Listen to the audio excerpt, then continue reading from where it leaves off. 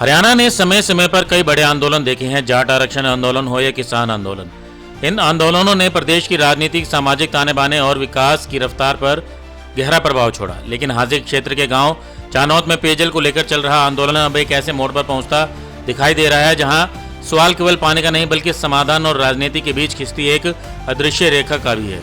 पिछले कई सप्ताह से गांव चानौत के ग्रामीण स्थायी और पर्याप्त पेयजल आपूर्ति की मांग को लेकर धरने पर बैठे हैं। हाल ही में कुछ बुजुर्गों द्वारा अनिश्चितकालीन भूख हड़ताल शुरू किए जाने के बाद पूरे मामले ने और गंभीर रूप ले लिया। स्वाभाविक रूप से गांव के लोगों की चिंता जायज है। पानी केवल एक सुविधा नहीं बल्कि जीवन की सबसे बुनियादी आवश्यकता है। जब किसी घर के नल में पर्याप्त पानी न पहुंचे तो परेशानी केवल सुविधा की नहीं बल्कि समाधान और जीवन स्तर की भी होती है। यही कारण है कि राज्य सरकार और प्रशासन इस मुद्दे को केवल एक आंदोलन नहीं बल्कि ग्रामीणों के जीवन से जुड़े संवेदनशील विषय के रूप में देख रहे हैं।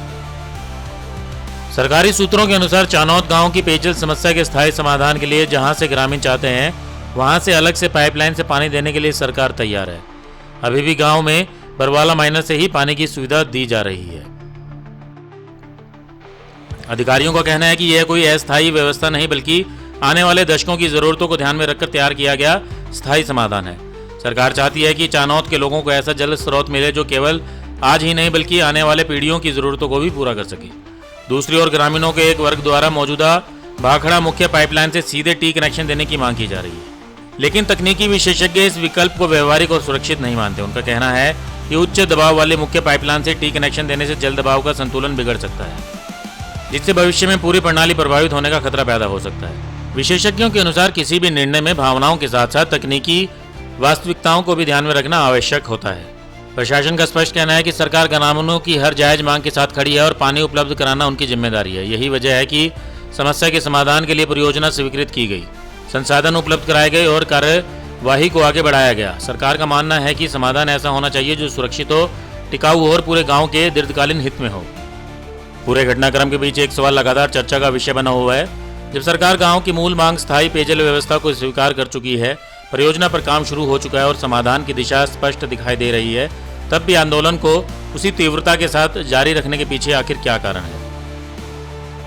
राजनीतिक और सामाजिक जानकारों का मानना है कि चानौत का यह मुद्दा अब केवल एक गांव की पेयजल समस्या तक सीमित नहीं रह गया है। कुछ लोगों को इसमें प्रदेश स्तरीय राजनीतिक संभावनाएं दिखाई देने लगी हैं। यही कारण है कि जिस विषय का समाधान तकनीकी और प्रशासनिक स्तर पर आगे बढ़ रहा है उसे लगातार टकराव और विवाद के दायरे में बनाए रखने की कोशिशें भी दिखाई दे रही हैं। सूत्रों के अनुसार गांव की अधिकांश मांगों पर सरकार सकारात्मक रुख अपना चुकी है। इसके बावजूद कुछ ऐसे चेहरे सक्रिय हैं जिनकी प्राथमिकता समाधान के बजाय संघर्ष को जीवित रखना अधिक नजर आता है। राजनीतिक पर्यवेक्षकों का मानना है कि कई बार स्थानीय समस्याएं कुछ लोगों के लिए राजनीतिक अवसर बन जाते हैं और फिर समाधान से ज्यादा संघर्ष को महत्व मिलने लगता है। दुर्भाग्य यह है कि ऐसी परिस्थितियों में सबसे ज्यादा नुकसान उसी गांव और उन्हीं लोगों को होता है जिनके नाम पर आंदोलन चलाया जा रहा होता है। ग्रामीणों के बीच भी यह चर्चा सुनाई दे रही है कि यदि सरकार स्थायी समाधान देने के लिए तैयार है, तकनीकी रूप से सुरक्षित विकल्प उपलब्ध हैं और परियोजना पर काम शुरू होने की प्रक्रिया चल रही है, तो फिर गांव को जल्द राहत मिलने की दिशा में कदम बढ़ाने चाहिए। आखिरकार गांव की जीत किसी राजनीतिक बहस की जीत नहीं होगी बल्कि उस दिन होगी जब हर घर में पर्याप्त और स्वच्छ पानी पहुंचेगा। मुख्यमंत्री नायब सिंह सैनी के नेतृत्व में राज्य सरकार लगातार यह संदेश दे रही है कि विकास, संवाद और समाधान ही आगे बढ़ाने का रास्ता है।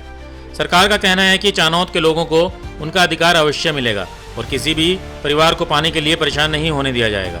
प्रशासन लगातार ग्रामीणों से संवाद बनाए हुए है और समाधान को जल्द से जल्द धरातल पर उतारने के प्रयास किए जा रहे हैं। आज आवश्यकता इस बात की है कि गांव की वास्तविक जरूरत और राजनीतिक शोर के बीच के अंतर को समझा जाए।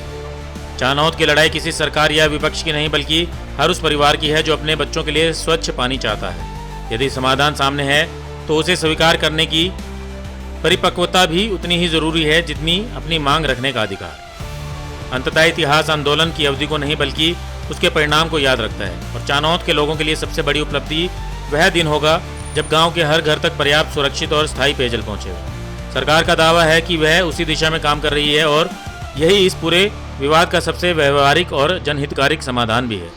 ब्यूरो रिपोर्ट, नई ताज़ा न्यूज़, हिसार।